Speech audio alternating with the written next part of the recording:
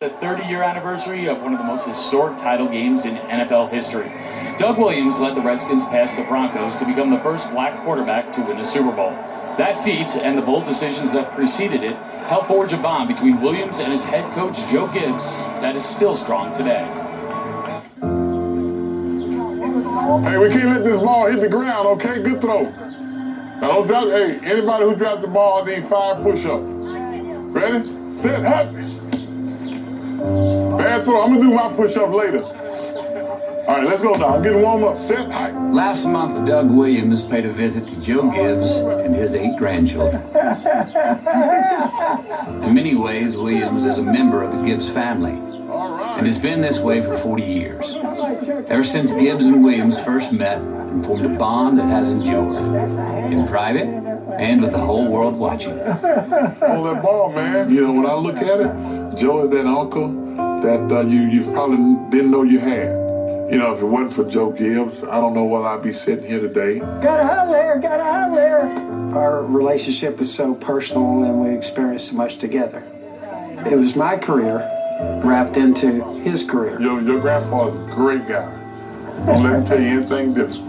I don't know if they agree with that. I agree with it. Let's go. 1, 2, 3, break this thing, man. 1, 2, 3. All right. Good job, guys.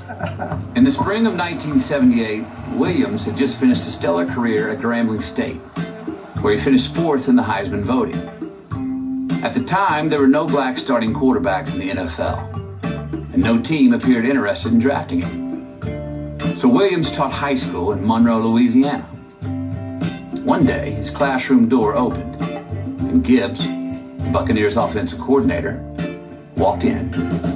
Talking about an all-black school, and this white guy sitting in the back. They probably wondered, who is this guy? And when I got a break, him and I, we talked football. And after school was over with, you know, we went to McDonald's. At that time, that was big, man, for somebody to buy you a hamburger. We spent 2 days together. I think he get a pretty good feel for somebody.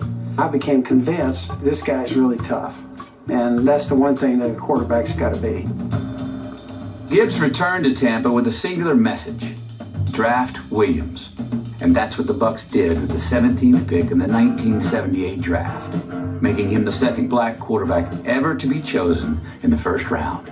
It was a big deal in Tampa when he first got drafted because that was breaking down a barrier.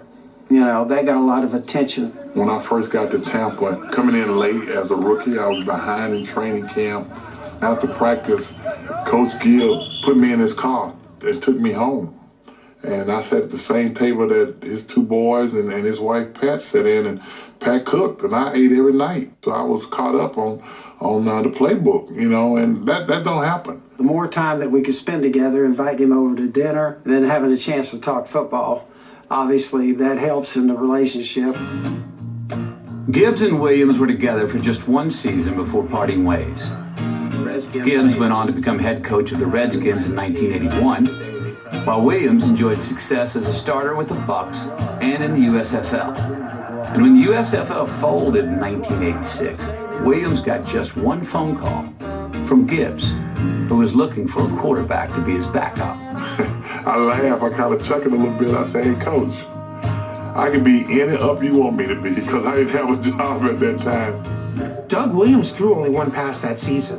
He had a starter's mentality, and in fact, heading into the 87 season, he called for a trade. Coach said, Douglas, he said, come here. I went over to him, he said, we made a trade. We traded you to the LA Raiders.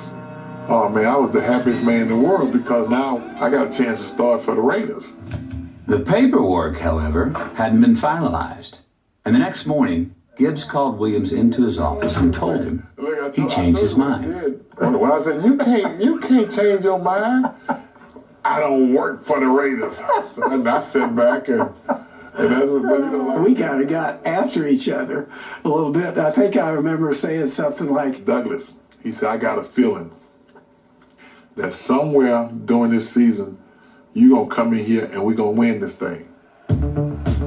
Williams remained a backup for most of the '87 season, but played well enough in place of the struggling Jay Schrader in Week 16 that Gibbs, once again going on a gut feeling, named him starter for the playoffs. Williams led the Redskins all the way to Super Bowl 22 against the favorite Broncos and John Elway. Every article was Doug Williams against John Elway because I was a black quarterback more than anything, not because I was a quarterback. But I don't think we looked at it that way. I think we looked at it as Doug was our guy. We had great belief in Doug. Good afternoon from Jack Murphy Stadium in San Diego, California. The road to Super Bowl 22 stops right here. The Redskins got off to a rocky start in San Diego, falling behind 10-0. Just before the first quarter ended, Williams hyperextended his knee. He actually did a split almost. I think he hurt his left knee. He did. He's going to have to go out. Man, he got up from that, and Doug waved it back off and said, I'm staying in this game. Doug Williams will be back in. You better bet on that, because Doug Williams is a competitor. The second quarter came around, Joe came to the bench. He said, Douglas, you ready to go? I said, yeah, coach. He said, let's get this sucker to rolling. The Washington Redskins offense is back on the football field, and so is number 17, Doug Williams.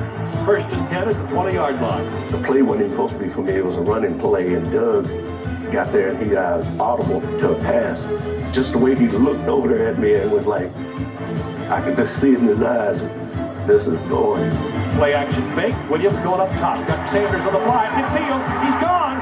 Touchdown, Washington Redskins. Just like that. For some reason, every play we called, seemed to be the right play at the right time. I could have shut my eyes and gone on the playbook, and I think it would have. Nothing ever happens like that in football. In the second quarter, we ran 18 plays and we scored 35 points. That's it. It's all over. The Washington Redskins are National Football League champions. I went in and we hugged and he said, I told you so. Yeah, sure did. Well, you deserve it, that's for sure. I don't know about that. Yeah. What a view. What a view. Gibbs and Williams don't get to see each other often these days.